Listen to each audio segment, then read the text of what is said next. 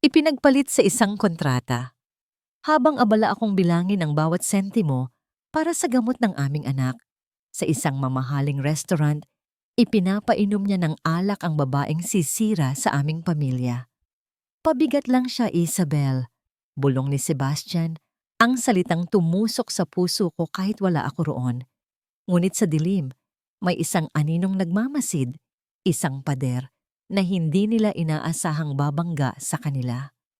Ang pagsilang ng isang bagong ako ay magiging impyerno nila. Paano wawasakin ng isang lugaw ang isang imperyo? Huwag kang mag-alala.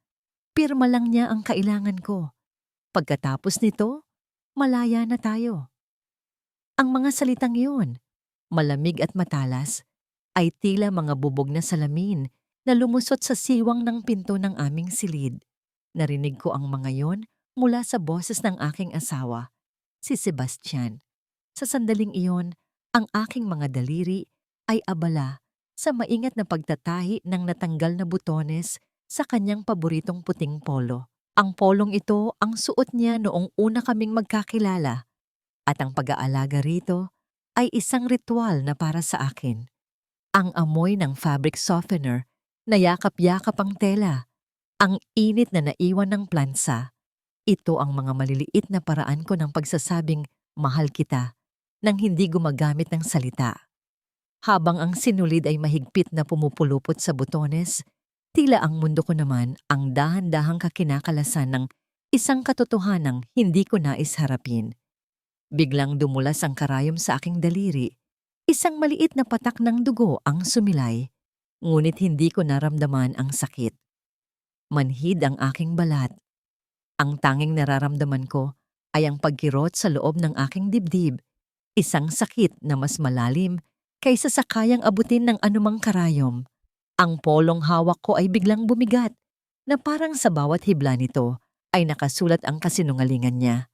Ang paghinga ko ay tila ninakaw, at ang marangyang silid na dati simbolo ng aking mga pangarap ay biglang naging isang malamig na kulungan. Sa bawat butil ng pawis na ipinatak ko para buuin ang pamilyang ito, isang pirma na lang pala ang halaga ko. Dahan-dahan akong tumayo, ang mga tuhod ko'y nanginginig. Tinungo ko ang pinto at marahan itong binuksan. Nakatalikod si Sebastian sa akin, hawak ang kanyang telepono. Ang kanyang tinig ay malambing habang kausap ang kung sino man sa kabilang linya. Isang tinig na matagal nang hindi niya ipinarinig sa akin. Sebastian? Halos mapatalon siya sa gulat. Mabilis niyang ibinaba ang telepono at hinarap ako. Isang pilit ng ngiti ang sumilay sa kanyang mga labi. Amara, mahal, kanina ka pa ba riyan? Sino ang kausap mo? Tanong ko. Ang boses ko'y halos hindi lumabas. Anong pirma ang sinasabi mo? Ang ngiti niya ay napalitan ng inis. Ano ba, Amara? You were eavesdropping? It was just a business call. Ang pirma na sinasabi ko ay para sa isang bagong kontrata. Kontrata? Hindi ako naniwala. Bakit kailangan mong sabihin na malaya na tayo? You're just tired. Masyado ka lang nag-iisip. Sabi niya. Lumapit at sinubukang hawakan ang aking braso, ngunit umiwas ako. Lately, you've been so paranoid. Nakakapagod na. Ang mga salita niya ay isang sampal. Ako pa ang paranoid? Ako pa ang nakakapagod. Ang lahat ng sakripisyo, ang lahat ng pagtitiis sa mga masasakit na salita ng ina niya, ang lahat ng iyon ay binaliwala niya sa isang iglap. Bago pa ako makasagot, bumukas ang pinto at pumasok si Doña Belinda, ang biyenan ko. Ang kanyang mukha ay kasing tigas ng marmol. Ang kanyang mga matay mapanuri habang tinitingnan ako mula ulo hanggang paa. Anong kaguluhan ito? Tanong niya. Ang boses niya ay puno ng awtoridad. Sebastian, anak, huwag mong hayaang sirain ng babaeng ito ang araw mo. Wala po ito, Mama, sagot ni Sebastian. Agad na lumapit sa ina at nagmano. Si Amara lang po. May mga naririnig na naman na kung ano. Humarap sa akin si Doña Belinda. Ikaw, Amara, Kailan ka ba matututong lumugar? Isang pulubi ka lang na pinalad na mapangasawa ang anak ko. Dapat ay nagpapasalamat ka sa bawat hininga mo sa loob ng pamamahay na ito, hindi yung naghahanap ka ng gulo. Sa gitna ng pagtatalo, narinig namin ang pag-iyak mula sa kwarto ni Elio, ang aming 5 taong gulang na anak. Agad na nag-iba ang ekspresyon ko. Tumakbo ako papunta sa kanyang silid, ngunit hinarang ako ni Doña Belinda. Bigla niyang sinindihan ang ilaw sa pasilyo na kanina'y madilim, dahilan para magulat at lalong umiyak si Elio na papalapit pala sa amin. "Mama!" Sigaw ng anak ko, takot na takot. Nang yumakap ako para patahanin ang aking anak, doon ko nakita ang isang mabilis na kilos. Isang senyas mula kay Doña Belinda patungo kay Sebastian. Mabilis na may kinuha si Sebastian mula sa bulsa ng kanyang ina at halos hindi ko namalayang isinilid niya iyon sa loob ng shoulder bag ko na nakasabit sa isang silya. Masyado akong abala sa pagpapakalma sa nanginginig na katawan ni Elio. Nang tumahan na ang bata, biglang humiyaw si Doña Belinda na parang nasisiraan ng bait. Ang mga alahas ko, nawawala ang kwintas at mga hikaw ko. Isang kasambahay si Nelia na tapat sa aking biyenan ang agad na pumasok. "Senyora, ano po ang nangyari?" "May nagnakaw sa akin," sigaw ni Doña Belinda, at ang mga mata niya ay napako sa akin na may pag-aakusa. "Halughugin ninyo ang gamit niya. Sigurado akong siya ang kumuha." "Ano po? Hindi po totoo yan," gulat kong sabi. Pero bago pa ako makapalag, kinuha na ni Nelia ang bag ko. Sa harap nilang lahat, ibinuhos niya ang laman nito sa sahig. At doon, kumikinang sa ilalim ng ilaw ng chandelier, ay ang mga alahas na sinasabi ni Doña Belinda na nawawala. Ang hangin ay tila naubos sa aking baga. Ang lahat ay isang malinaw na patibong. Napatingin ako kay Sebastian, nagmamakaawa. Umaasa na ipagtatanggol niya ako, ngunit ang tanging nakita ko sa kanyang mga mata ay isang malamig at kalkuladong distansya. Ang tingin ko ay bumaba sa kanyang dibdib, sa puting polo kung saan naroroon ang butones na kakatapos ko lang itahi. Ang maliit na bilog na yon, na pinagbuhusan ko ng pagmamahal ilang minuto lang ang nakalipas, ay naging simbolo ng aking katangahan. "Hindi ko akalain na magnanakaw ka, Amara," sabi ni Sebastian. Ang bawat salita ay isang patalim na bumaon ng malalim sa aking puso. Ang sakit ay naging galit. "Mga demonyo kayo. Wala kayong konsensya." Sigaw ko. Ang luha ay bumabagsak na sa aking mga pisngi. "Sumpain sana kayo ng kaluluwa ng tatay ko." Sa pagbanggit ko sa aking ama, nakita ko ang isang saglit na pagbabago sa mukha ni Doña Belinda. Isang anino ng takot ang dumaan sa kanyang mga mata, ngunit mabilis din itong nawala at napalitan ng mas matinding galit. Hindi na nagsalita pa si Sebastian.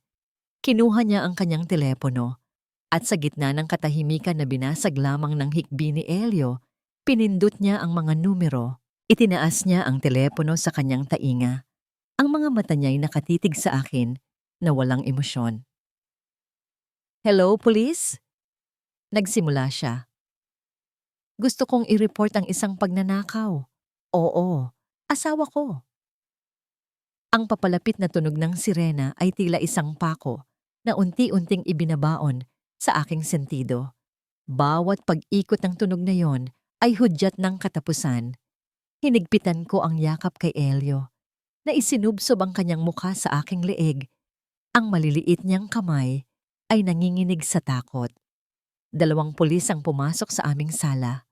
Ang kanilang mga mukha ay seryoso at walang mababakas na anumang emosyon. Agad na gumanap sa kanyang papel si Doña Belinda. Isang kamay sa kanyang dibdib na parang hirap na hirap huminga. "Salamat at dumating kayo, mga opisyal. Hindi ko na alam ang gagawin ko." Ang sarili kong manugang. Ang isa sa mga pulis ay tumingin sa mga alahas na nakakalat sa sahig, pagkatapos ay sa akin. Ginang, Kailangan niyo pong sumama sa amin sa presinto para sa investigasyon. Hindi, wala akong ninakaw. Sigaw ko, ang boses ko'y basag na. Patibong na lang po ang lahat ng ito. Lumapit ang pulis, ngunit bago pa siya makahakbang ng tuluyan, nagsalita si Sebastian. Ang kanyang boses ay malamig, kalkulado. Mga sir, ayaw sana naming umabot pa sa ganito. Nakakahiya sa pangalan ng pamilya. Baka may iba pang paraan. Nagkatinginan ang dalawang pulis. Tumingin si Sebastian sa akin. Walang anumang awa sa kanyang mga mata. Amara, may pagpipilian ka. Ipinakita niya sa akin ang isang dokumento na kanina pa pala nasa ibabaw ng mesa. Isang legal na papel. Pumirma ka rito, sabi niya. Isang kasunduan na isinusuko mo ng buo at permanente ang iyong karapatan bilang ina kay Elio. Pumirma ka at hindi kami magsasampa ng kaso. Malaya kang makaaalis, pero kung hindi, ikinumpas niya ang kanyang kamay patungo sa mga pulis. Ang hangin ay tila nawala sa mundo. Ang dibdib ko ay sumikip. Pinapipili niya ako sa pagitan ng kulungan at ng pagkawala ng aking anak. Parehong impyerno. Tumingin ako kay Elio. Ang mga mata niya ay luhaan at puno ng pagkalito. Ang makita siyang umiiyak ay kaya ko. Pero ang makita siyang takot dahil sa akin. Dahil sa posas na ikakabit sa aking mga kamay. Hindi ko kaya. Ito ang pinakamasakit na sakripisyo. Kinuha ni Sebastian ang isang mamahaling pluma at inilahad ito sa akin. Ito ang parehong pluma na ginamit namin para pirmahan ang aming kontrata sa kasal. Ngayon, ito rin ang gagamitin ko para pirmahan ang katapusan ng aming pamilya. Nanginginig ang aking kamay habang inaabot ko ito. Bawat hibla ng aking pagkatao ay sumisigaw na tumanggi. Ngunit ang imahe ni Elio na nagtatanong kung bakit kinukulong ang kanyang ina ang nagtulak sa akin. Isang patak ng luha ang pumatak sa papel, humalo sa itim na tinta, habang sinusulat ko ang aking pangalan. Sa bawat letra, tila may isang piraso ng aking kaluluwa ang namamatay.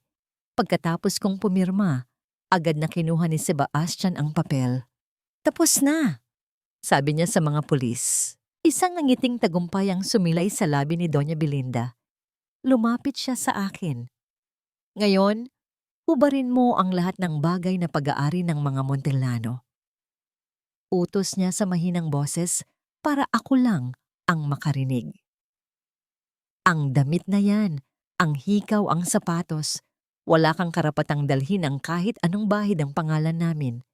Sa harap ng mga kasambahay na nakatingin, sa harap ng mga pulis na nagkunwaring walang nakikita, hinubad ko ang mga hikaw. Inalis ko ang sapatos na bigay ni Sebastian.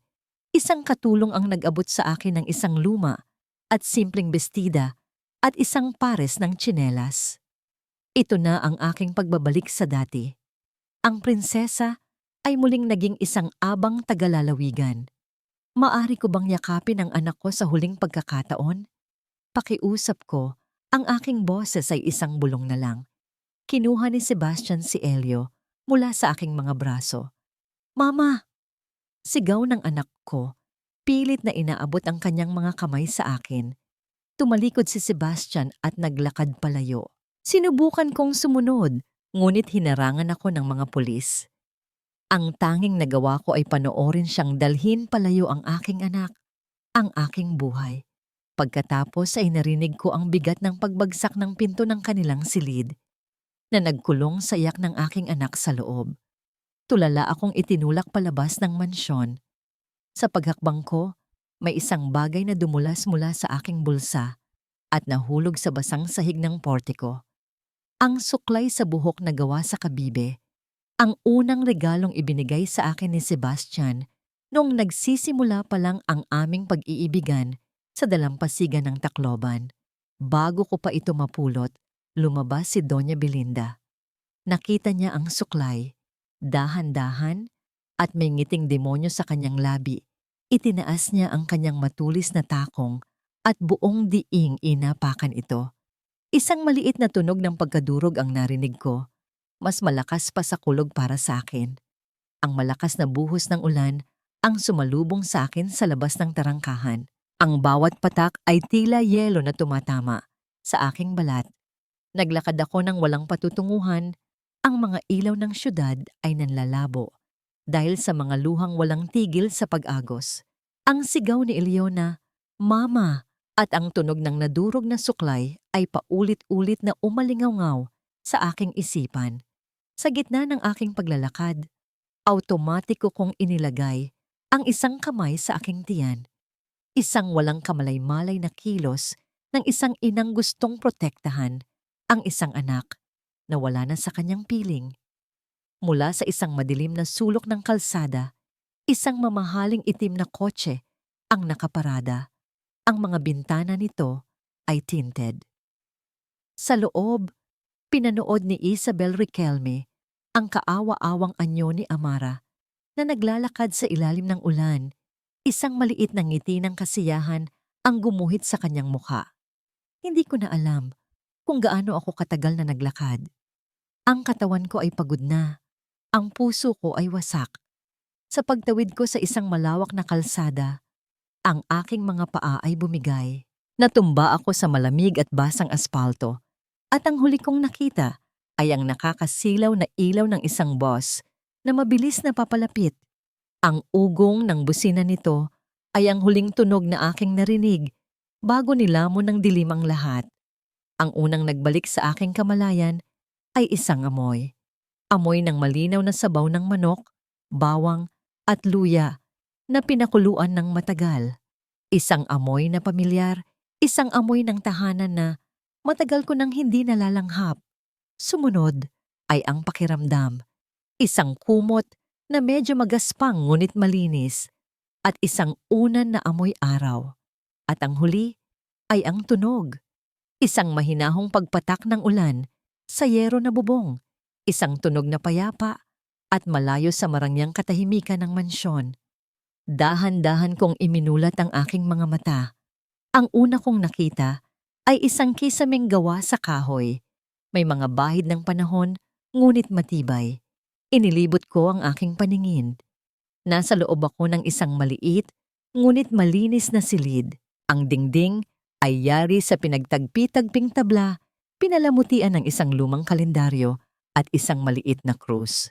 Walang chandelier, walang mamahaling pintura, walang mga antigong kasangkapan. Ngunit sa ilang kadahilanan, naramdaman ko ang isang kapayapaan na hindi ko kailanman naramdaman sa loob ng mansyon ng mga Montellano. Isang may edad na babae ang pumasok sa silid. May daladalang isang mangkok na umuusok pa. Ang kanyang mukha ay puno ng mga linya ng karanasan, ngunit ang kanyang mga mata ay malumanay. Ngumiti siya nang makitang gising na ako. "Gising ka na pala, Ineng," sabi niya sa mahinang boses. "Ako si Rosa. Halika, kumain ka muna nitong mainit na lugaw para magkalaman ang iyong sikmura." Sinubukan kong bumangon, ngunit naramdaman ko ang pananakit sa aking ulo at ang panghihina ng aking katawan. Tinulungan niya akong sumandal sa pader. "Nasaan po ako?" tanong ko. Ang boses ko'y paos. "Nasa ligtas kang lugar," sagot niya. "Nasa aming munting dampa sa San Isidro." Isang lalaking may edad din na may mabuting mukha at buhok na halos puti na ang sumunod na pumasok. "Mabuti naman at nagkamalay ka na. Ako si Lito, asawa ni Rosa. Ako ang tsuper ng bus na muntik ng..." Hindi niya itinuloy, ngunit naintindihan ko. Biglang bumalik ang lahat. Ang akusasyon, ang pagpirma sa papel, ang paghiwalay sa amin ni Elio, ang pagkadurog ng suklay, ang ulan. Ang sakit ay bumalik na parang isang malaking alon at napahagulgol ako. Hinayaan lang nila akong umiyak. Hinagod ni Aling Rosa ang aking likod, habang si Mang Lito ay tahimik na lumabas para bigyan kami ng espasyo. Nang medyo humupa na ang aking pag-iyak, inabot niya muli sa akin ang mangkok ng lugaw. "Kainin mo na ito. Ang lakas ay hindi bumabalik sa tiyan na walang laman," sabi niya. Habang nanginginig ang mga kamay, isinubo ko ang unang kutsara. Ang init ng lugaw ay kumalat sa aking katawan at ang lasa nito, simple, malinis at puno ng kalinga, ay nagpaalala sa akin sa lugaw na niluluto ng aking yumaong ama. Bigla, ang pag-iyak ko ay hindi na lang dahil sa sakit, kundi dahil sa pasasalamat. Sa gitna ng aking pagkawasak, may mga estrangherong nagpakita sa akin ng kabutihan na hindi ko natanggap mula sa pamilyang pinagsilbihan ko. Isinalaysay ko sa kanila ang lahat, mula sa pagmamaltrato ni Doña Belinda hanggang sa pagtataksil ni Sebastian. Nakikinig si Aling Rosa. Ang kanyang muka ay hindi nagpapakita ng pagkagulat, kundi ng pag-unawa. Nang matapos ako, huminga siya ng malalim. Ang mga mayayaman, akala nila, pag-aari nila ang mundo. Sabi niya, may bahid ng pait sa kanyang boses. Ganyan din ang nangyari sa akin noon. Niloko ng isang pamilyang pinagkatiwalaan ko. Inagaw ang maliit na lupang minana ko sa aking mga magulang. Tumingin siya sa aking mga mata. Ang luha ay para sa mga unang araw lang, ining. Sa mga susunod, dapat laway na ang ipampapalit mo sa pagod. Ang mga salita niya ay tumagos sa akin. Hindi ito awa, ito ay isang hamon. Pumasok muli si Mang Lito. Montellano! Bulong niya sa sarili na parang may inaalala. Pamilyar ang pangalang yan. Parang may hindi magandang alaala na nakakabit dyan sa mundo naming mga chupernon. Umiling siya. Hindi ko lang matandaan kung ano. Hindi ko na yun pinansin. Ang tanging nasa isip ko ay si Elio, ang aking anak. Ang dahilan kung bakit kailangan kong mabuhay, kailangan kong bumangon, kailangan kong lumaban. Hindi para sa aking sarili, kundi para sa kanya. Mula sa maliit na bintana ng silid, tanaw ko ang labas. Ilang mga bata, ang masayang nagtatakbuhan sa ilalim ng ambon. Ang kanilang mga tawa ay sumasabay sa patak ng ulan. Ang bawat tawa nila ay isang sundang sa aking puso na nagpapaalala sa akin ng tawa ng aking anak na ngayon ay malayo sa akin. Ang pananabik ay halos sumakal sa akin, isang pisikal na sakit na mas matindi pa kaysa sa gutom o pagod.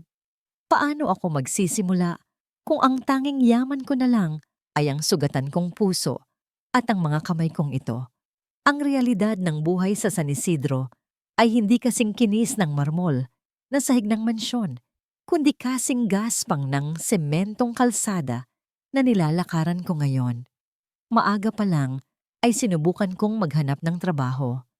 Bit-bit ang aking manipis na pag-asa. Kumatok ako sa mga karinderya, sa mga tindahan ng tela, at kahit sa mga pabrika ng sardinas malapit sa daungan. Ngunit ang bawat pinto ay nagsara sa aking mukha. Ang sagot nila ay pare-pareho. Masyado na akong matanda, mukha akong mahina, o wala akong maipakitang rekomendasyon. Sa bawat pagtanggi, pakiramdam ko ay unti-unting nauubos ang natitirang dignidad na meron ako.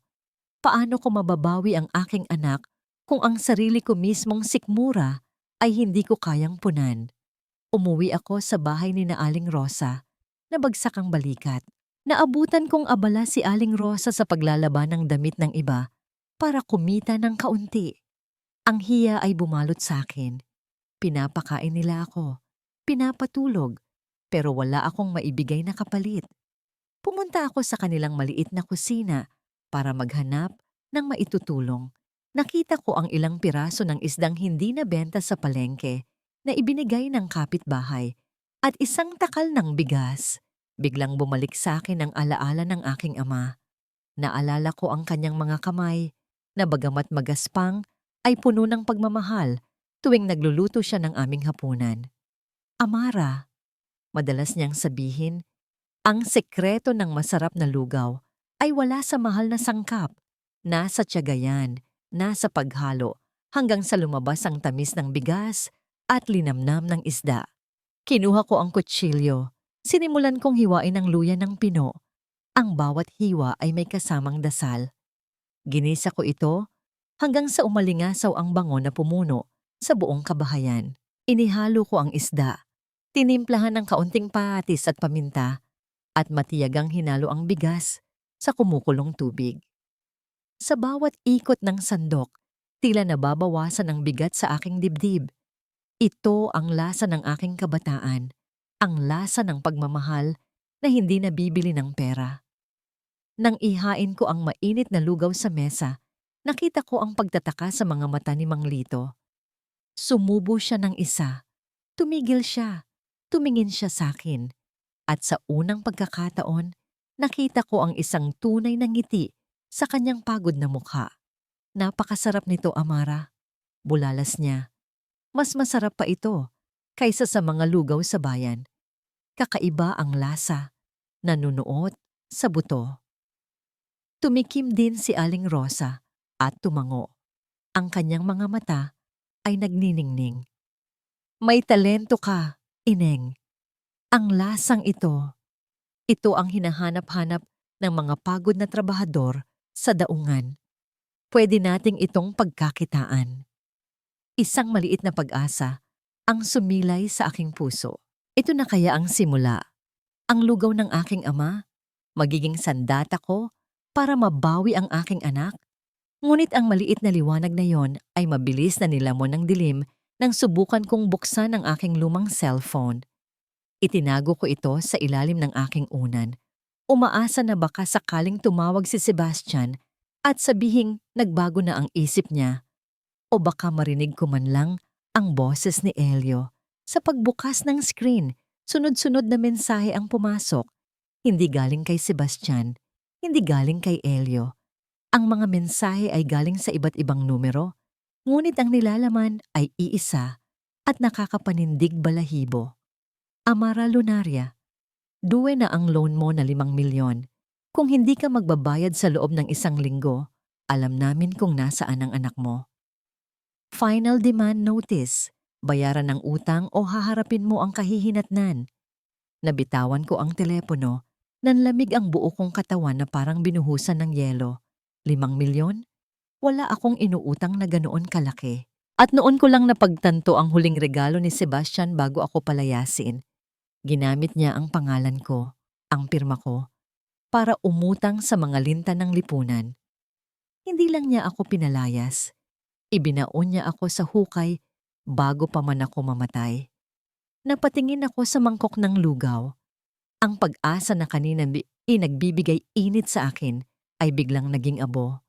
Paano sasapat ang barya mula sa lugaw para bayaran ang halagang kapalit ng buhay ng aking anak? Ang aking kalaban ay hindi lang isang pamilya, kundi isang higanting anino na handang lamunin ako ng buo.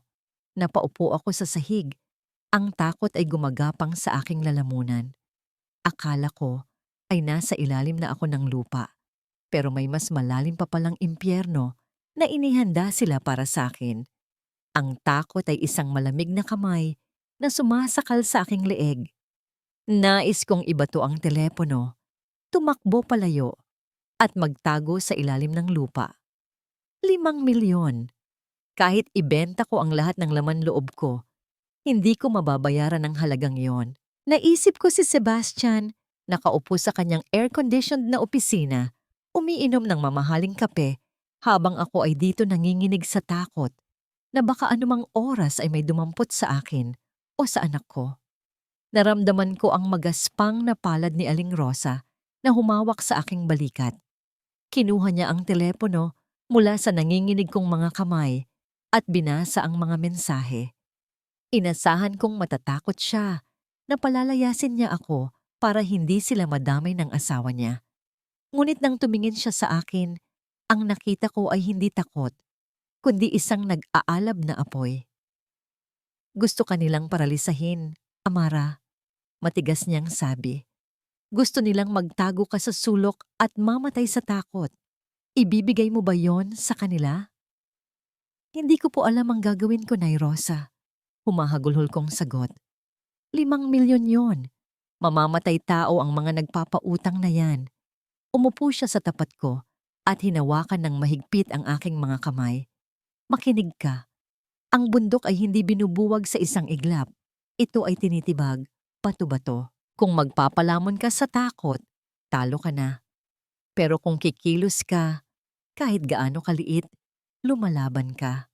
Ang lugaw mo, may laban yan. Ang mga salita niya ay tila malamig na tubig na ibinuhos sa aking mukha, na gumising sa natutulog kong diwa. Tama siya. Wala akong karapatang sumuko habang humihinga pa ang anak ko. Kung gusto ni Sebastian na mabaon ako sa utang, ipapakita ko sa kanya na kaya kong hukayin ang sarili ko paahon. Kinaumagahan, bago pa sumikat ang araw, gising na kami. Wala kaming kariton, wala kaming pwesto. Ang gamit lang namin ay isang lumang mesa na pinahiram ng kapitbahay, ang malaking kaldero ni Aling Rosa, at ang natitirang pera ni Mang Lito na ipinuhunan niya para sa mga sangkap. Dinala namin ang mesa sa gilid ng kalsada, malapit sa paradahan ng mga tricycle at jeepney. Ang hangin ay malamig at amoy usok ng tambutso. Nakakahiya. Dati, ang mga kamay ko ay humahawak ng kristal na baso sa mga party. Ngayon, magtitinda ako sa bangketa. Yumuko ako. Pilit itinatago ang mukha sa aking buhok. Itaas mo ang noo mo, Amara, bulong ni Aling Rosa habang inaayos ang mga mangkok. Walang nakakahiya sa marangal na trabaho. Ang nakakahiya ay ang magnakaw at manloko ng kapwa, gaya ng ginawa ng asawa mo. Huminga ako ng malalim at binuksan ang takip ng kaldero. Agad na kumawala ang puting usok, dala ang bango ng luya, bawang at pinakuluang isda. Tila may sariling buhay ang amoy, na humalo sa malamig na hangin ng umaga at umabot sa ilong ng mga nagmamadaling tsuper at trabahador. Isang driver ng jeep ang huminto. "Miss, ano yang tinitinda nyo? Ang bango ah. Nanuyo ang lalamunan ko. Eto na." "Lilugaw po." Nauutal kong sagot. "Lugaw na may isda. Espesyal po." "Pabili nga ng isa. Pampainit lang ng sikmura." Nanginginig ang kamay ko habang nagsasandok. Iniabot ko sa kanya ang mainit na mangkok. Pinanood ko siya habang humihipan at sumusubo. Pumikit siya sandali, ninanamnamang lasa. "Aba," sabi niya at napangiti. "Iba ito ah, hindi tinipid. Lasang luto ng nanay ko sa probinsya." Humarap siya sa mga kasamahan niya. "Oy pare, subukan niyo ito. Ang sarap." Isa-isa, lumapit ang mga tao. Mga tricycle driver na pagod sa magdamag na pasada, mga construction worker na papasok pa lang, mga estudyante. Ang kaldero na akala ko ay mahirap ubusin ay simot sa loob lamang ng 2 oras. Sa bawat barya na iniaabot sa akin, nararamdaman ko ang unti-unting pagbigat ng aking bulsa at paggaan ng aking loob. Ito ay barya lang kumpara sa 5 milyon, pero ito ay pera na pinaghirapan ko. Walang bahid ng dumi, walang bahid ng panloloko. Nang ligpitin na namin ang mga gamit, binilang namin ang kita. Maliit lang, pero sapat para makapuno muli ng 2 kaldero bukas. Tumingin ako sa langit. Para sa'yo ito, Elio. Ang bawat sandok, bawat patak ng pawis ay hakbang ko papalapit sa'yo. Pinagmasdan ko ang maliit na karatula na isinulat ko sa karton gamit ang pentel pen. Lugaw ni Elio. Ngunit sa gitna ng aking munting tagumpay, naramdaman ko ang isang kakaibang kilabot. Tila may mga matang nakamasid sa akin. Tumingin ako sa kabilang kalsada.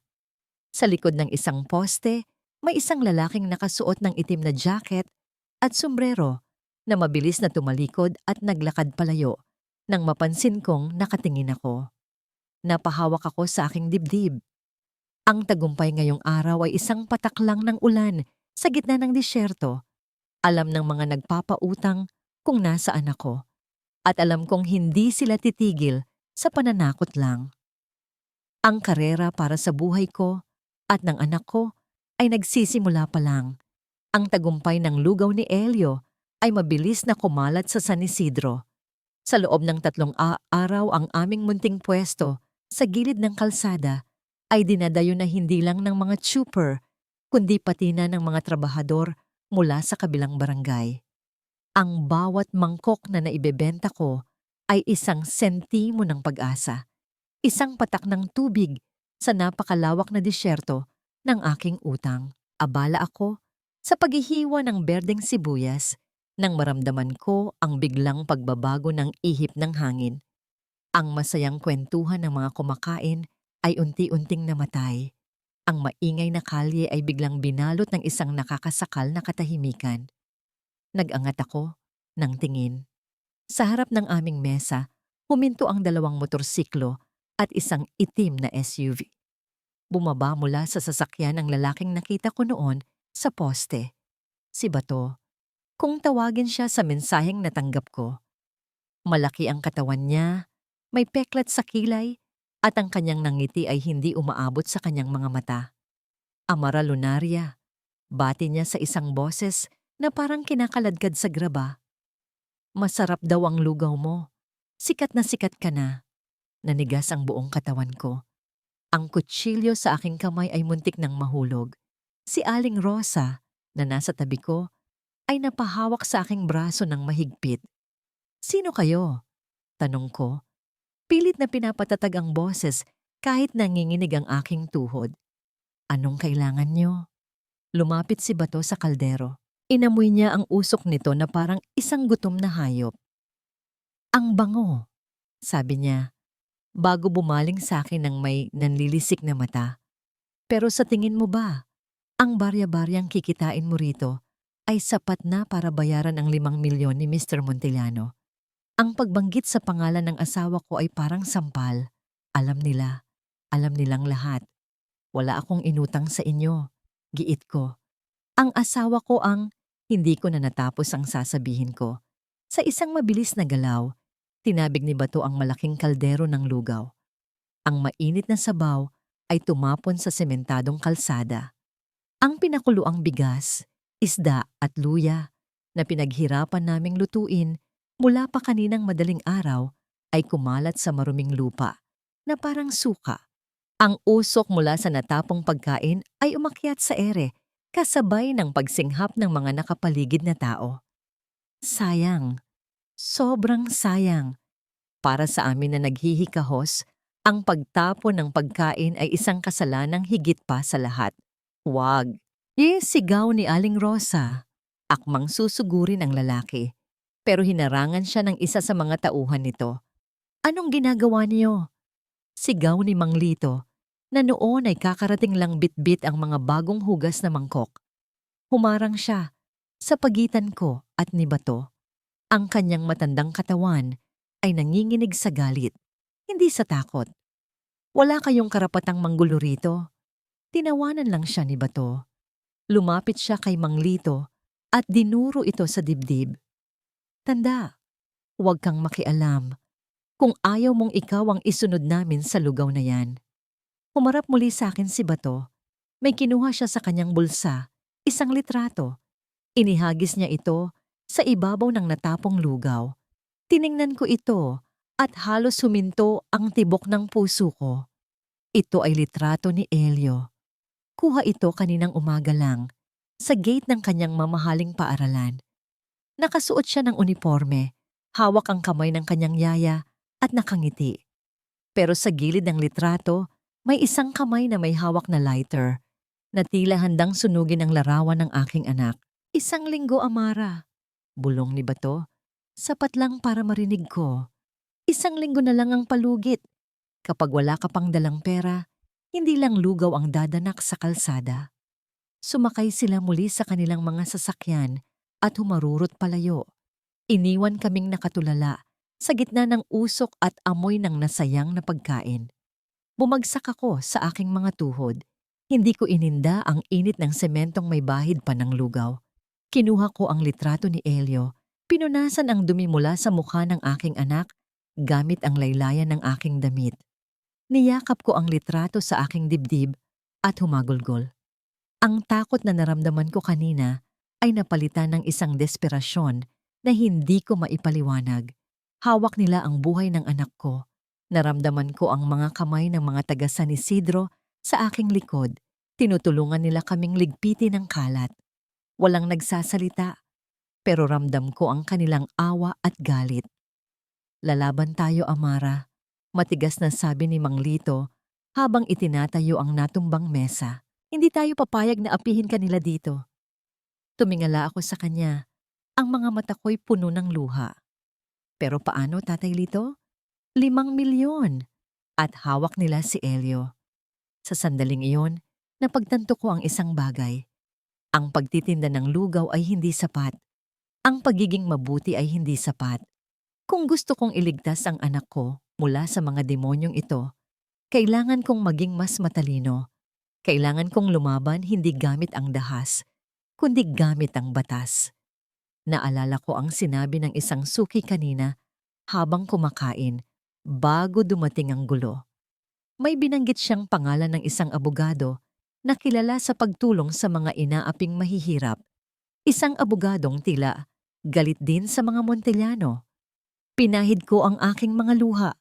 Ang mukha ni Elio sa litrato ay nakangiti pa rin. Walang kamalay-malay sa panganib. Huwag kang mag-alala, anak. Bulong ko sa aking isip. Gagawin ni Mama ang lahat. Kahit ibenta ko ang kaluluwa ko sa demonyo, ililigtas kita. Tumayo ako. Ang tuhod ko ay nanginginig pa rin, pero nakaatukod na ng tuwid. Tumingin ako kay Aling Rosa. Nay, saan po mahahanap si Attorney Ibarra? Ang opisina ni Attorney Rafael Ibarra ay malayo sa marangyang glass tower ng mga Montellano na nakasanayan ko. Matatagpuan ito sa ikalawang palapag ng isang lumang gusali sa Quiapo, kung saan ang ingay ng mga vendor at usok ng jeepney ay tumatagos sa bawat siwang ng bintana. Ang hagdanang paakyat ay makipot at madilim, tila isang pagsubok sa sinumang nagnanais ng katarungan. Kumatok ako sa pinto na may nakapaskil na kupas na pangalan, Rafael Ibarra, Attorney at Law. Binuksan ito ng isang matandang sekretarya na tila pagod na rin sa mundo. Sa loob, ang opisina ay punong-puno ng mga nagtataasang tumpok ng dokumento. Ang amoy ng lumang papel at kape ang sumalubong sa akin. Sa likod ng isang magulong mesa, nakaupo ang isang lalaking may ubaning buhok at salamin na nakasabit sa dulo ng ilong. Attorney Ibarra? Tawag ko ng mahina. Nagangat siya ng tingin. Ang kanyang mga mata ay matalas, mapanuri, tila kaya niyang basahin ang buong buhay ko sa isang tingin lang. Wala akong pera para sa settlement, miss. Kung nandito ka para magpalimos ng pirma, umalis ka na. Hindi po ako nandito para sa pera. Sagot ko, pilit na pinapatatag ang aking boses. Ako si Amara. Asawa ako ni Sebastian Montellano. Sa pagbanggit ko ng apelyidong yon, tumigil ang kanyang mundo. Dahan-dahan niyang ibinaba ang hawak niyang ballpen. Ang kanyang ekspresyon ay nagbago mula sa walang pakialam tungo sa isang matinding pagkamuhi. Montellano. Bigkas niya na parang lason ang salitang yon sa kanyang dila. Ang lakas naman ng loob mong pumunta sa lungga ng kalaban. Ginang Montellano. Anong kailangan mo? Gusto niyo na bang bilhin ang gusaling ito para tayuan ng bagong mall? Hindi po. Mabilis kong sagot. Pinalayas nila ako. Kinuha nila ang anak ko. At ngayon, gusto nila akong patayin sa utang na hindi ko ginawa. Natigilan siya. Tinitigan niya ako ng matagal. Hinahanap ang kasinungalingan sa aking mukha. Nang makita niya ang panginginig ng aking mga kamay at ang pamumula ng aking mga mata, bumuntong hininga siya at itinuro ang silya sa harap niya. Maupo ka. Utos niya sa mas mahinahong tono. At sabihin mo sa akin ang totoo. Huwag kang magtitira kahit isang detalye. Isinalaysay ko ang lahat. Ang pang-aapi ni Doña Belinda, ang panloloko ni Sebastian at Isabel, ang sapilitang pagpirma at ang banta sa buhay ni Elio. Habang nagsasalita ako, nakita ko ang pagdidilim ng kanyang muka. Nang matapos ako, Sumandal siya sa kanyang upuan at nagtanggal ng salamin. Naniniwala ako sa iyo, iha. Kilala ko ang baho ng pamilyang yan. Pero sa korte, ang luha ay hindi ebidensya. Kailangan natin ng bala. May hawak ka bang dokumento? Resibo? Kahit ano. Napayuko ako. Wala po. Kinuha nila ang lahat. Ang tanging dala ko lang ay ang damit ko at natigilan ako. Kinapkap ko ang aking lumang bag at ang lumang kwaderno ng tatay ko. Kwaderno? Tanong niya na may pagkadismaya. Inilabas ko ang isang maliit na notebook na may pabalat na balat ng baka, nangingitim na sa luma. Ito po ang iniwan ng tatay ko bago siya namatay sa aksidente daw sa daungan noong bata pa ako. Puro recipe lang po ng lugaw at mga listahan ng delivery ang laman nito. Dala-dala ko to bilang agimat. Iniabot ko sa kanya ang kwaderno. Tinanggap niya ito ng walang gaanong interes at binuklat ang mga pahina. Nakita niya ang sulat kamay ng tatay ko, mga listahan ng sangkap, presyo ng isda, at mga petsa. Ngunit habang inililipat niya ang mga pahina sa dulo, biglang nanlaki ang kanyang mga mata. Huminto siya sa isang pahina na puno ng mga numero at kakaibang mga simbolo. Anong pangalan ng tatay mo? Tanong niya ng mabilis. Ang boses niya ay may halong kaba. Arnulfo po. Arnulfo Lunaria. Bumagsak ang kwaderno sa mesa. Napatingin sa akin si Attorney Ibarra na parang nakakita ng multo. Ang kanyang mga kamay ay nanginginig habang hinahawakan muli ang papel. Arnulfo, bulong niya. Ang pinakamagaling na foreman sa pier, ang taong tumestigo sana laban sa mga Montellano bago siya nawala. Tumingin siya sa akin at sa unang pagkakataon, nakita ko ang luha sa gilid ng kanyang matatapang na mata. Iha, hindi ito recipe ng lugaw. Ang mga numerong ito ang mga petsa at oras ng pagpasok ng mga kargamento na hindi idineklara sa customs. Ito ang mga ghost deliveries na matagal ko nang hinahanap. Hinawakan niya ang kwaderno na parang ito ang pinakamahalagang ginto sa mundo. Ang tatay mo, hindi siya namatay sa aksidente. Pinatay siya dahil sa kwadernong ito. At ngayon, bumalik ito sa akin sa pamamagitan mo. Naramdaman ko ang pagtindig ng aking balahibo. Ang kwadernong yakap-yakap ko gabi-gabi, ang kwadernong inaakala kong simpleng pamana ng pagmamahal, ay siya palang susi sa lahat ng kasamaan ng mga Montellano. Ang aking ama, kahit sa kabilang buhay, ay nagbigay sa akin ng sandata para ipagtanggol ang sarili ko. Tutulungan kitang bawiin ang anak mo, Amara, sabi ni Attorney Ibarra. Ang boses niya ay puno ng bagong silakbo ng apoy. Hindi lang natin sila kakasuhan, wawasakin natin ang imperyo na itinayo nila sa dugo ng tatay mo. Ngumiti ako sa gitna ng aking mga luha, isang nangiti ng pag-asa. Ngunit biglang tumunog ang telepono sa kanyang mesa. Sinagot ito ni Attorney Ibarra. Hello, opisina ni Ibarra. Nanahimik siya habang nakikinig. Dahan-dahang nawala ang kulay sa kanyang mukha. Tumingin siya sa akin at nakita ko ang takot na muling bumalik sa kanyang mga mata. Naintindihan ko, sabi niya bago ibinaba ang telepono ng dahan-dahan. Bakit po, attorney? Sino yon? Tanong ko, kinakabahan. Isang kaibigan sa loob ng City Hall. Sagot niya, ang boses ay halos pabulong. Amara, kailangan mong magtago ngayon din. Naglabas na ng warrant of arrest ang mga pulis laban sa'yo. Ang kaso ay hindi pagnanakaw. Huminto siya para huminga. Tila hirap sabihin ang susunod na mga salita. Kinasuhan ka ni Sebastian ng kidnapping at child abuse. Sinasabi nilang tinangka mong dukutin si Elio at sinaktan mo siya bago ka tumakas. Ang babala ni Attorney Ibarra ay tila isang malamig na tubig na gumising sa bawat nerve ending ng aking katawan. Warrant of arrest, kidnapping, child abuse. Ang mga salitang ito ay hindi lamang mga legal na termino. Ang mga ito ay mga pader na itinayo ni Sebastian para tuluyan akong ilibing ng buhay. Hindi pa sila nakontento sa pagpapalayas sa akin. Gusto nilang burahin ang aking pagkatao at gawin akong isang kriminal sa mata ng mundo. At higit sa lahat, sa mata ng aking anak. Amara, makinig ka. Mabilis na utos ni Attorney Ibarra habang isinisilid niya ang kwaderno ng aking ama sa isang makapal na envelope at iniabot ito pabalik sa akin. Umalis ka na rito. Ngayon din, gamitin mo ang fire exit sa likod. Huwag kang uuwi sa San Isidro. Sigurado akong nandoon na sila. Pero paano po kayo? At sina Nanay Rosa? Nanginginig kong tanong habang mahigpit na niyayakap ang envelope. Ako na ang bahala sa sarili ko. Abogado ako. Alam ko ang pasikot-sikot ng batas.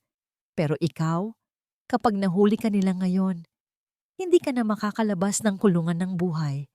Ang kwadernong yan ang tanging alas natin. Protektahan mo yan higit sa buhay mo. Tinulak niya ako patungo sa pinto sa likod.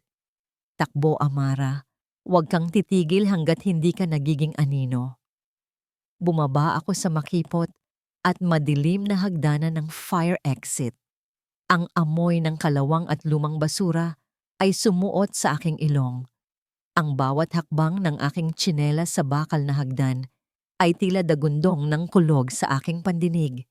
Paglabas ko sa eskinita, sumalubong sa akin ang ingay ng kuyapo, ang sigaw ng mga vendor, ang ugong ng mga jeepney, at ang siksikan ng mga tao. Sa unang pagkakataon, ang kaguluhan ng Maynila ay naging aking kaibigan. Nakahalo ako sa dagat ng mga tao. Isuot ko ang hood ng aking lumang jacket at yumuko. Dito, sa gitna ng pawis at alikabok, walang nakakapansin sa isang babaeng tumatakbo mula sa kanyang nakaraan. Ang batas ng lansangan ay simple, walang pakialaman. At ito ang nagligtas sa akin. Ngunit ang isip ko ay nasa San Isidro. Hindi ko pwedeng hayaang mapahamak sina Aling Rosa dahil sa akin. Naghahanap ako ng isang payphone sa gilid ng isang botika. Sa nanginginig na mga daliri, tinawagan ko ang numero ng kapitbahay ni na Aling Rosa na may telepono. Ilang ring lang, sinagot ito. Hello? Aling Rosa? Bulong ko. Ang boses ko'y halos hindi lumabas dahil sa takot. Amara! Ang boses ni Aling Rosa ay puno ng pag-aalala at pagmamadali. Diyos ko, anak, huwag na huwag kang uuwi dito. Bakit po? Ano pong nangyayari? Nandito ang mga pulis at may mga kasama silang lalaki na hindi naka-uniforme. Iyong mga nanggulo sa pwesto natin kahapon. Hinahalughog nila ang bahay. Winasak nila ang mga gamit. Hinahanap ka. Napahawak ako sa aking bibig para pigilan ang paghikbi. Patawarin niyo po ako, Nay. Kasalanan ko to. Makinig ka, Amara. Matigas na sabi ni Aling Rosa. Wala kang kasalanan. Ang kasalanan ay nasa mga demonyong yan. Huwag kang mag-alala sa amin. Sanay kami sa bagyo. Ang intindihin mo ay ang sarili mo at ang ebidensya. Magtago ka kung saan hindi ka nila aakalaiing pupunta. Huwag kang magpapakita hanggat hindi humuhupa ang apoy. Naputol ang linya. Ang tunog ng dial tone ay tila tunog ng aking nag-iisa at tumitibok na puso. Wala na akong matutuluyan. Ang San Isidro, ang aking munting paraiso, ay naging isang war zone dahil sa akin. Naglakad ako ng walang patutunguhan hanggang sa makarating ako sa isang lugar na tila kabaligtaran ng mansyon ng mga Montellano, ang Manila North Cemetery.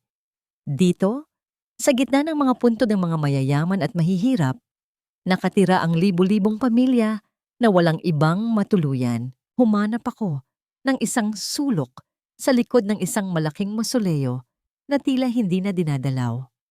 Umupo ako sa malamig na semento, yakap ang aking mga tuhod. Ang envelope na naglalaman ng kwaderno ay nakadikit sa aking dibdib. Ito na lang ang meron ako. Ang pamana ng aking ama at ang susi sa kalayaan ng aking anak. Habang lumalalim ang gabi, ang tanging liwanag ay nagmumula sa isang maliit na karinderya sa di kalayuan na may nakabukas na telebisyon. Mula sa aking pinagtataguan, natanaw ko ang balita. Flash report, sabi ng news anchor. Ang litrato ko, isang lumang litrato noong kasal namin ni Sebastian, ay lumabas sa screen. Sa ilalim nito ay ang salitang wanted sa malalaking pulang letra. Kasunod nito ay ang video ni Sebastian. Nakatayo siya sa harap ng mansyon, mukhang miserable at hindi nakatulog. Hawak niya si Elio. Ang anak ko ay nakasandal sa balikat ng ama. Ang mga mata ay nanlalata at tila wala sa sarili. May kung anong kirot ang tumusok sa puso ko nang makita ko ang kalagayan ng anak ko. May sakit ba siya? O pinainom nila ng gamot para magmukhang mahina? Amara, sabi ni Sebastian sa kamera. Ang boses ay garalgal na parang isang mapagmahal na asawa. Kung nanonood ka man, parang awa mo na. Ibalik mo na ang peace of mind din namin. Ang anak natin, kailangan ka niya. Sinasaktan mo lang siya lalo sa pagtatago mo. Sumuko ka na. At pag-usapan natin ito ng maayos. Mahal ka namin. Ang mga tao sa karinderya ay nagtsismisan. Grabe naman ang babaeng yan. Dinukot pa ang sariling anak, tapos iniwan ding may sakit. Gusto kong sumigaw. Gusto kong tumakbo doon at sabihing sinungaling siya. Na ang lalaking niya ng demonyo, na ang iyak ng anak ko ay hindi dahil sa sakit, kundi dahil sa pangungulila sa akin. Pero nanatili akong tahimik sa dilim. Ang mga kuko ko ay bumaon sa aking palad hanggang sa magdugo. Ang galit na nararamdaman ko ay hindi na mainit. Ito ay naging malamig at matigas, tulad ng bakal. Ginamit nila ang pagmamahal ko kay Elio bilang pain. Gusto nilang lumabas ako dahil sa awa. Pero hindi na ako ang dating Amara na madaling manipulahin. Nakita ko ang takot sa mata ni Sebastian sa likod ng kanyang pag-arte. Takot siya. Takot siya sa hawak ko. Tumingin ako sa kwaderno. Hintayin mo lang, Sebastian. Bulong ko sa hangin. Hindi ako susuko.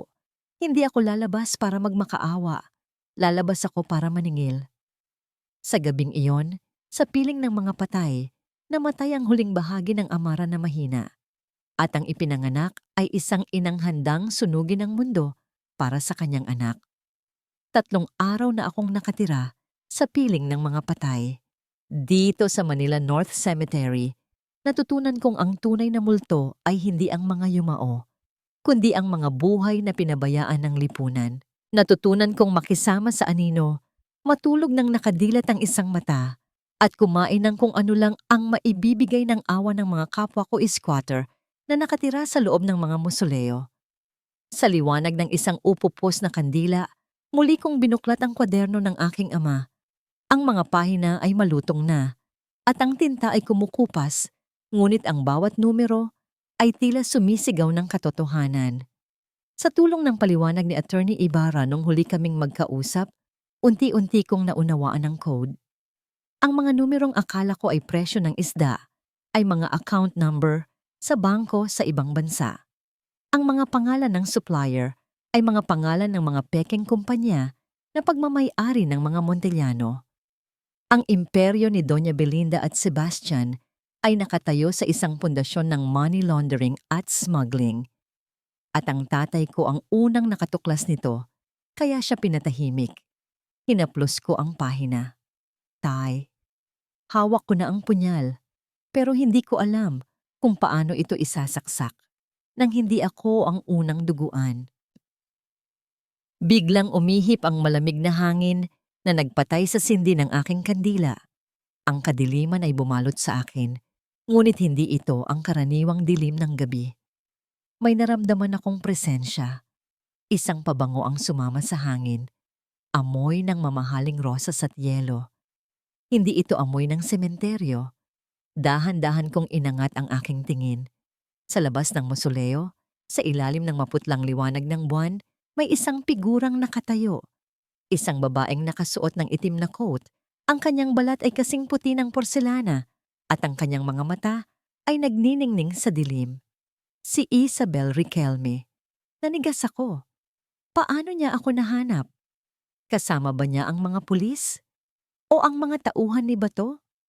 Kinapkap ko ang aking bag kung saan naroon ang kwaderno, handang tumakbo o lumaban hanggang kamatayan.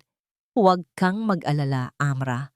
Ang boses niya ay malamyos, ngunit may talim. Mag-isa lang ako.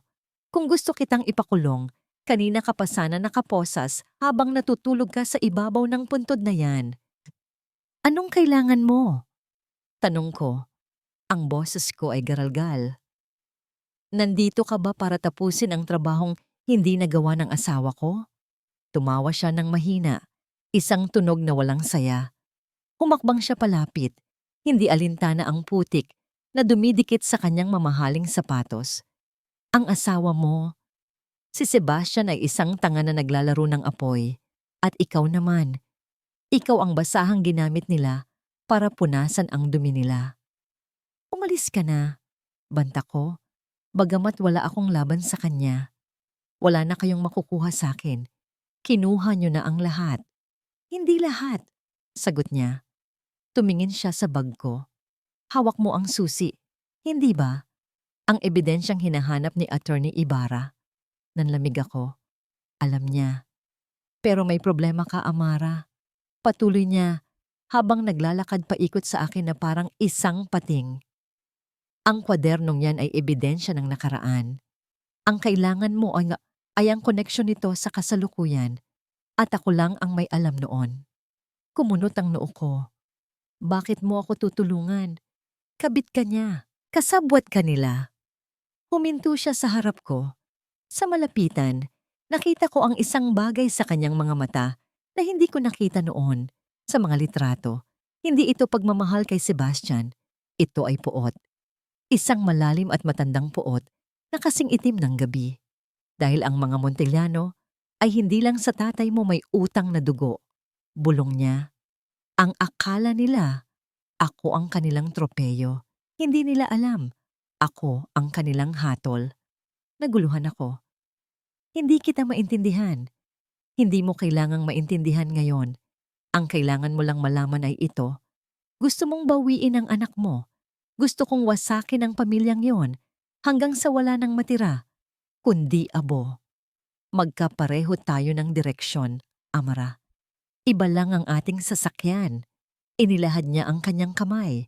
Ang kanyang palad ay makinis. Kabaligtaran ng sa akin na puno ng galos at dumi. Sa makalawa, may gaganaping charity gala ang mga Montellano para linisin ang pangalan nila matapos ang iskandalo. Ipapakita nila si Elio sa publiko bilang isang masayang bata na nailigtas mula sa isang baliw na ina. Ang banggit sa pangalan ni Elio ay nagparubdob ng apoy sa aking dibdib. Sasama ka sa akin, sabi ni Isabel. Hindi bilang isang pulubi at hindi bilang isang kriminal. Papasok tayo sa main door at ibibigay ko sa iyo ang entablado para gamitin ang kwadernong yan. Bakit ako magtitiwala sa iyo? Tanong ko, nagdududa pa rin. Dahil wala ka ng ibang pagpipilian, sagot niya ng prangka. Pwede kang manatili dito, yakap ang mga patay hanggang sa tuluyan kang hulihin. O pwede kang sumugal kasama ang demonyong kilala mo para talunin ang demonyong hindi mo kayang labanan mag-isa. Tinitigan ko ang kanyang kamay. Alam kong mapanganib si Isabel. Alam kong may sarili siyang agenda. Pero nang maisip ko si Elio na ipaparada na parang manyika sa harap ng mga kamera, alam kong tama siya. Wala na akong mawawala. Inabot ko ang kanyang kamay. Ang balat niya ay malamig, pero ang pagkakahawak niya ay mahigpit. Sige, sabi ko. Gamitin mo ako, pero siguraduhin mong sa huli, mahahawakan ko ang anak ko. Ngumiti si Isabel, isang ngiti na puno ng panganib. Magkasundo tayo. Halika na. Kailangan na nating linisin ang putik sa katawan mo. Ang papatayin natin ay isang hari, kaya dapat kang magmukhang reyna. Sumama ako sa kanya palabas ng sementeryo. Sa pag-alis ko, iniwan ko ang amoy ng kamatayan at ang amara na takot. Ang babaeng sumakay sa itim na kotse ni Isabel ay hindi na lang basta biktima. Isa na siyang kasabwat sa isang digmaan. Ang mainit na tubig na dumadaloy mula sa shower ay tila may halong asido. Habang kinukuskos ko ang dumi ng sementeryo mula sa aking balat, pakiramdam ko ay tinatanggal ko rin ang huling bakas ng amara na mahina. Ang amara na naniwala sa mga fairy tale, ang amara na nagpaapi. Ang tubig sa paanan ko ay naging maitim, dala ang alikabok ng mga puntod at ang mga luha ng aking pagkaawa sa sarili. Nasa loob ako ng penthouse ni Isabel. Ang bawat sulok nito ay sumisigaw ng yaman at kapangyarihan, mga bagay na ginamit nila para durugin ako. Pero ngayon, ito ang magiging kampo ng aking paghihiganti. Paglabas ko ng banyo, nakita ko si Isabel na nakaupo sa kanyang kama, hawak ang isang baso ng red wine. Sa kama ay nakalatag ang isang gown na kulay hating gabi. Maitim na asul, halos itim, na gawa sa seda. Isuot mo yan. Utos niya nang hindi tumitingin sa akin. Huwag kang mag-alala. Hindi yan galing sa pera ni Sebastian. Galing yan sa sarili kong bulsa. Hinawakan ko ang tela. Napakalamig at napakapino. Bakit mo ito ginagawa, Isabel? Bakit mo isusugal ang posisyon mo para sa akin? Ibinaba niya ang baso at tumitig sa akin. Sa ilalim ng mamahalin niyang ilaw, nakita ko ang pagod sa kanyang mga mata. Dahil nakita ko ang ginawa nila sa tatay mo, sagot niya ng marahan. At nakita ko ang ginawa nila sa tatay ko. Iba lang ang paraan, Amara. Ang tatay mo pinatay sa pier. Ang tatay ko, pinatay nila sa boardroom. Inagaw nila ang kumpanya namin. Dinurog ang pride niya hanggang sa magpakamatay siya. Ang pagiging kabit ko, ito lang ang paraan para makapasok ako sa loob ng bakod nila nang hindi umaakyat. Nanlamig ako. Ang babaeng kinamumuhian ko ay isa rin palang biktima na nagbalat kayo bilang berdugo. Ang galit ko sa kanya ay napalitan ng isang kakaibang respeto. Pareho kaming naulila ng kasakiman ng mga Montellano. Nga pala, dugtong niya, sabay abot sa akin ng isang maliit na bagay. Kailangan mo ito. Isa itong pares ng hikaw na brilyante. Isuot mo. Ang mga taong pupuntahan natin, hindi sila tumitingin sa mata. Tumitingin sila sa kung anong kislap ang suot mo. Kung gusto mong pakinggan kanila, kailangan mong magmukhang isa sa kanila. Isinuot ko ang gown. Yumakap ito sa aking katawan na parang pangalawang balat. Tiningnan ko ang aking sarili sa malaking salamin. Ang babaeng nakabalik ay hindi ang tindera ng lugaw, hindi ang asawang nagmamakaawa. Ang babaeng nakikita ko ay mukhang reyna ng gabi, malamig, misteryoso at mapanganib. Pero sa loob ng dibdib ng reynang iyon, ang tumitibok ay puso pa rin ng isang ina. Handa ka na? Tanong ni Isabel. Huminga ako ng malalim. Para sa anak ko, handa na ako. Sumakay kami sa kanyang sasakyan patungo sa Grand Ballroom ng Manila Hotel. Ang charity gala ng mga Montellano ang pinakamalaking event ng taon. Dito nila huhugasan ang kanilang mga kamay gamit ang pera ng mga donor habang ipinaparada ang kanilang kabutihan. Pagdating namin sa entrance, ang liwanag ng mga kamera ay nakakabulag. Maraming security guard, mga taong bayaran ni Doña Belinda para siguraduhing walang basura na makakapasok. Kinabahan ako. Napahawak ako sa braso ni Isabel. Paano kung harangin nila ako? Wanted ako, Isabel? Chin up, bulong niya ng mariin. Huwag kang yumuko. Ang mga predator, naaamoy nila ang takot. Maglakad ka na parang pag-aari mo ang lugar na ito at ako ang bahala sa mga aso. Lumapit kami sa red carpet. Agad na napansin ng mga guard si Isabel. Yumuko sila bilang paggalang. Ma'am Isabel, bati ng head security. Akala po namin kasabay niyo si Sir Sebastian. Nauna na siya. Sagot ni Isabel ng walang gatol, ang boses ay puno ng awtoridad. Kasama ko ang panauhin ko mula sa Singapore, isang investor.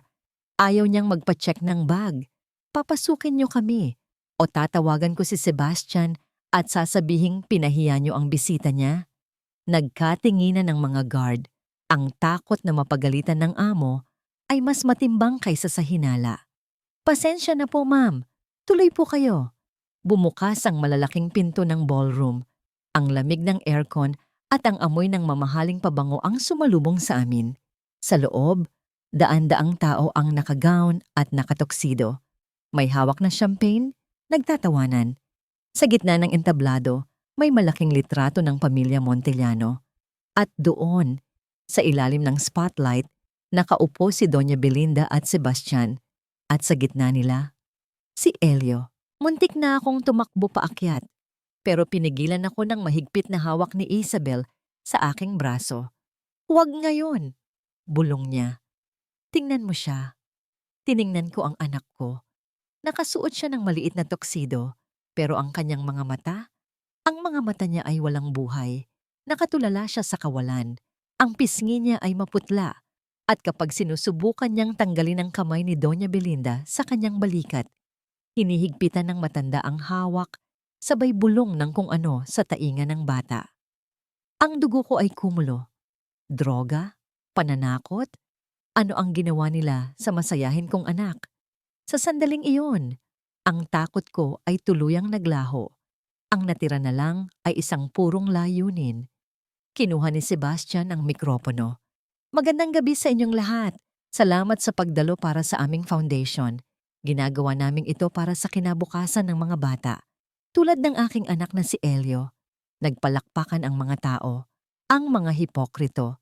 Tumingin sa akin si Isabel at tumango. Oras na, Amara. Nakahanda na ang projector. Kapag inagaw ko ang mic, umakyat ka. Ipakita mo sa kanila kung ano ang ginagawa ng isang ina kapag inagaw ang kanyang mundo. Hinawakan ko ng mahigpit ang clutch bag kung saan nakatago ang envelope. Para kay Elio, bulong ko. At nagsimula akong maglakad sa gitna ng ballroom habang ang anino ni Isabel ay humihiwalay para patayin ang ilaw ng kanilang kasinungalingan. Para sa kinabukasan ng ating pamilya, nakangiting wika ni Sebastian sa mikropono habang itinataas ang kanyang kopita ng champagne. Ang buong bulwagan ay napuno ng palakpakan. Ang mga ilaw ay kumislap. Ang musika ay tumugtog. At sa gitna ng entablado, nakita ko si Doña Belinda na hinaplos ang buhok ni Elio. Isang haplos na para sa iba ay mapagmahal, ngunit para sa akin ay tila isang kadenang nakapulupot sa leeg ng aking anak. Ito na ang huling kasinungalingan na pakikinggan ko. Mula sa gilid ng entablado, humakbang si Isabel. Ang kanyang itim na gown ay tila humihigop sa lahat ng liwanag sa paligid. Hindi siya dapat nandoon sa script. Nakita ko ang pagkunot ng noo ni Sebastian. Isabel? Bulong ni Sebastian, narinig sa buong ballroom dahil nakatutok pa rin ang mikropono. Anong ginagawa mo? Hindi pa oras ng... Mabilis na inagaw ni Isabel ang mikropono mula sa kamay ni Sebastian. Ang kanyang galaw ay matalim at walang pag-aalinlangan. Ang musika ay biglang huminto. Ang mga bulungan ng mga bisita ay namatay. Tama na ang palabas, Sebastian. Ang boses ni Isabel ay malamig. Umaalingaw-ngaw sa apat na sulok ng Grand Ballroom. Narinig na nila ang kwento ng tagumpay niyo. Oras na para marinig naman nila ang kwento ng mga bangkay na tinapakan niyo para makarating dyan. Guard, ilabas niyo siya! Lasing siya! Sigaw ni Doña Belinda. Tumayo mula sa kanyang upuan. Ang muka ay namumula sa galit. Ngumiti si Isabel. Isang ngiti na puno ng lason. Wala nang guards, Belinda. Nasa labas na sila, kausap ng NBI. At para naman sa inyo, tumingala siya sa control booth sa likod ng bulwagan at tumango. Biglang namatay ang malaking projector na nagpapakita ng logo ng Montellano Foundation. Ilang sandali ng kadiliman ang bumalot sa entablado bago ito muling nabuhay. Ngunit hindi na mukha ng mga batang tinutulungan ang nasa screen. Ang bumungad sa daan-daang bisita ay ang mga pahina ng lumang kwaderno ng aking ama. Ang sulat kamay ni tatay, malaki at malinaw, ay nakabalandra sa harap ng lahat. Katabi nito ay ang mga bank transfer records na nakuha ni Isabel, mga ebidensya na nagtutugma sa bawat petsa, bawat halaga, at bawat kargamento ng droga at smuggled goods na dumaan sa pantalan gamit ang mga barko ng Montellano. Isang sabay-sabay na pagsinghap ang narinig mula sa mga tao. Ang mga flash ng kamera ay nagsimulang kumislap ng sunod-sunod, parang kidlat sa gitna ng bagyo. "Ano ito?" sigaw ni Sebastian. Ang kanyang mukha ay namumutla habang nakatingin sa screen. "Yan ang pamana ng ama ng asawa mo," sagot ni Isabel. "At yan din ang dahilan kung bakit namatay ang ama ko. Akala niyo ba minahal kita, Sebastian? Ang bawat halik ko ay may lason. Ang bawat pirma mo sa mga dokumentong inihanda ko ay pako sa kabaong ng pamilya mo." Sa gitna ng kaguluhan, nagsimula akong maglakad. Ang mga tao ay kusang humawi sa aking daraanan. Ang tunog ng aking takong sa marmol na sahig ay tila tunog ng hatol. Hindi ako yumuko. Nakataas ang aking noo. Ang aking mga mata ay nakapako lamang sa isang tao, kay Elio. Nakita ako ni Sebastian.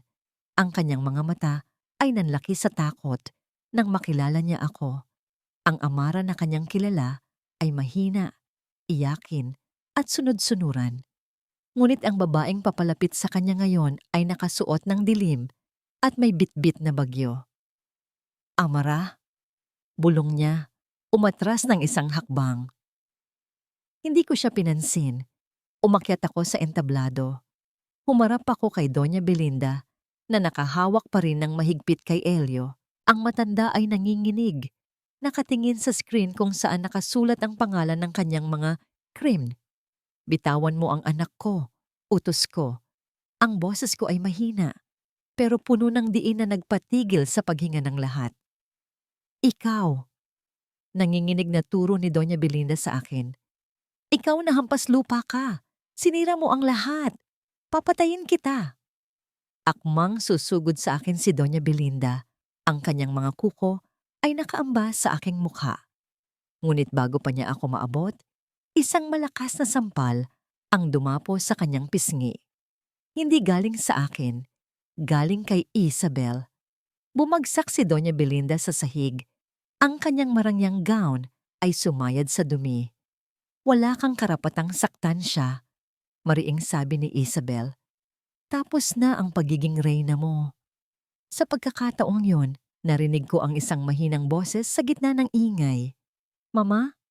Lumingon ako.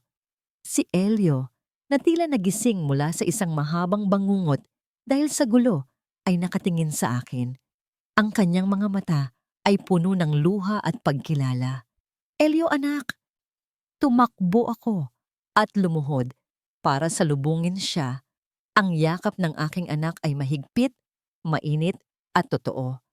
Ang amoy ng kanyang buhok, ang tibok ng kanyang puso sa aking dibdib. Ito ang tanging katotohanan na mahalaga. Umiyak ako, hindi dahil sa sakit, kundi dahil sa wakas. Hawak ko na siya muli. Wala nang makakaagaw sa kanya sa akin. "Mama, natatakot po ako." Hikbi ni Elio sa aking balikat. Gusto ko nang umuwi. "Uuwi na tayo, anak. Uuwi na tayo." Bulong ko habang hinahalikan ang kanyang ulo. Sa paligid namin nagkagulo na. Bumukas ang mga pinto ng ballroom at pumasok ang mga ahente ng NBE. Sa pangunguna ni Attorney Ibarra. "Sebastian Montellano, Belinda Montellano," sigaw ng isang opisyal. "Inaaresto namin kayo sa salang money laundering, smuggling, at murder." Sinubukang tumakbo ni Sebastian sa backstage, ngunit hinarang siya ng mga pulis. Ipinosas siya ng padapa sa sahig. Ang kanyang mukha ay nakasubsob sa parehong entablado kung saan siya nagmalaki kanina. Si Doña Belinda naman ay nagwawala. Sumisigaw ng mga banta habang kinakaladkad palayo ng mga awtoridad. Ang kanyang dignidad ay tuluyang nawasak. Si Isabel ay nanatiling nakatayo sa gitna ng entablado, Payapang itinaas ang kanyang dalawang kamay para posasan. Tumingin siya sa akin habang yakap ko si Elio. Walang pagsisisi sa kanyang mukha. Tanging kapayapaan. Tinanguan niya ako. Isang tahimik na pamamaalam. Ginawa niya ang kanyang misyon.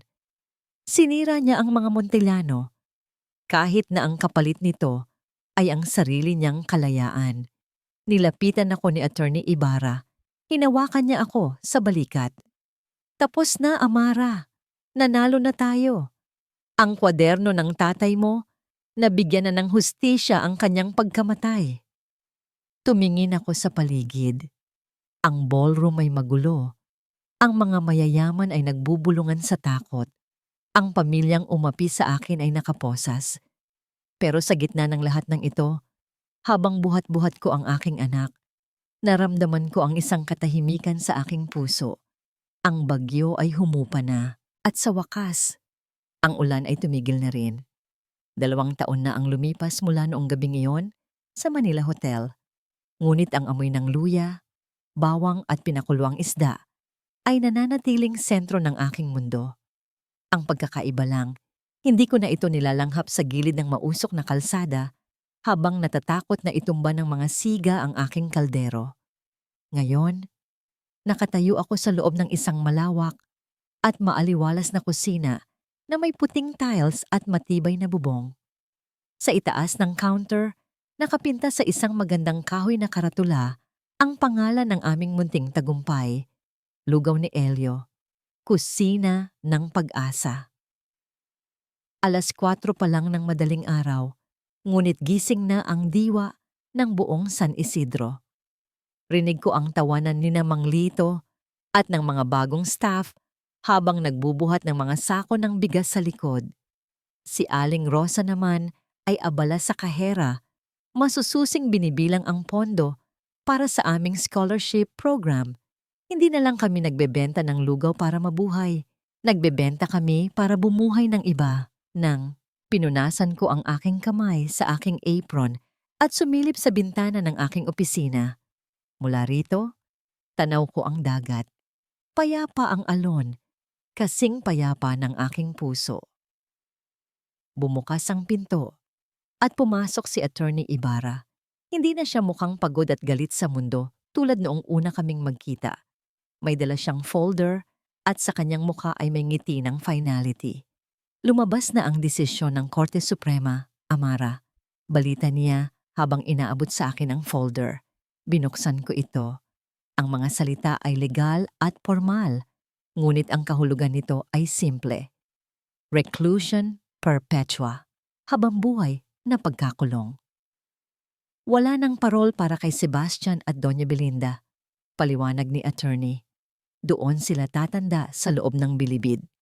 Ang lahat ng ari-arian ng mga Montellano ay kumpiskado na ng gobyerno at ang malaking bahagi ng danyos ay mapupunta sa foundation na itinayo mo. Napabuntong hininga ako. Inasahan kong makakaramdam ako ng tuwa o pagbubunyi. Ngunit ang naramdaman ko ay isang malalim na ginhawa. Wala nang takot. Wala nang bangungot na baka isang araw ay bawiin nila ang anak ko. Tapos na ang giyera. Kumusta naman po si Isabel? Tanong ko. Nag-iba ang ekspresyon ni attorney. Nasa correctional siya. Dahil sa pag-amin niya at pagtulong sa atin, binabaan ang sentensya niya sa 10 taon. Ipinabibigay niya ito sa'yo. Iniabot niya sa akin ang isang maliit na sobre.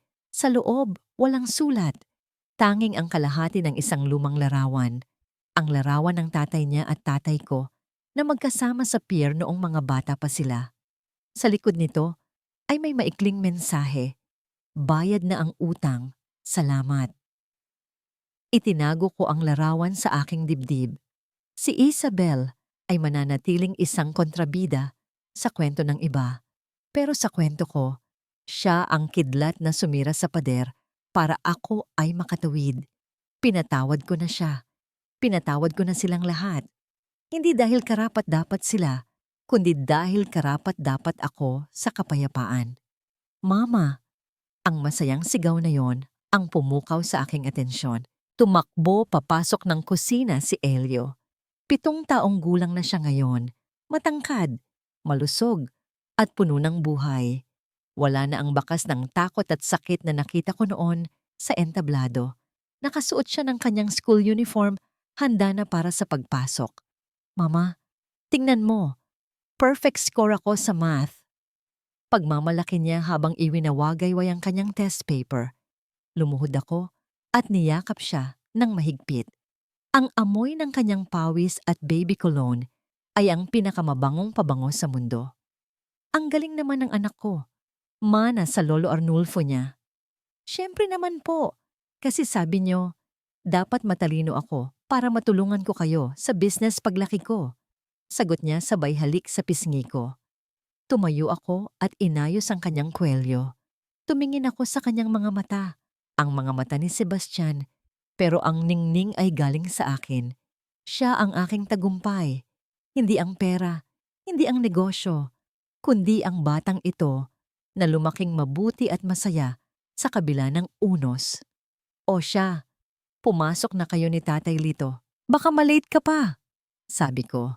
Nang makaalis sila, bumalik ako sa harap ng malaking kaldero.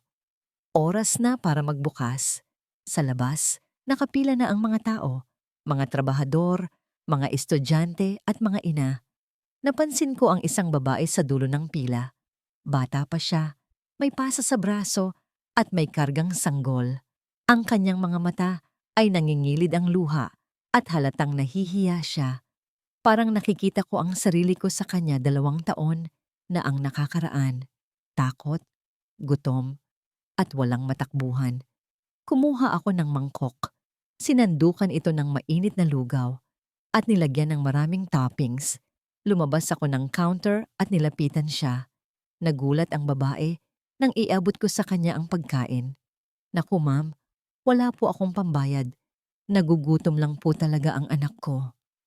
Hinawakan ko ang kanyang kamay. Libre ito. Sa lugaw ni Elio, walang inang uuwi ng gutom. Napahagulgol siya. Hindi ko na po alam ang gagawin ko. Pakiramdam ko katapusan na ng mundo ko. Ngumiti ako sa kanya. Ang nangiting ibinigay sa akin ni Aling Rosa noon. Ang luha ay para sa mga unang araw lang. Sa mga susunod, lakas na ang ipapalit mo dyan. Nandito kami. Tutulungan ka namin. Pinanood ko siyang kumain. Ang bawat subo ay nagbibigay ng kulay sa kanyang namumutlang mukha. Tumingala ako sa langit. Ang araw ay sumisikat na. Hinahawi ang dilim ng gabi. Ako si Amara Lunaria. Hindi na ako asawa ni Sebastian. Hindi na ako manugang ng mga Montellano. Ako ay isang ina. Ako ay isang negosyante. At higit sa lahat, ako ay malaya. Ang lasa ng tagumpay ay hindi matamis gaya ng tsokolate o alak. Ito ay lasa ng lugaw. Simple, mainit at sapat para bumuhay at magsimulang muli.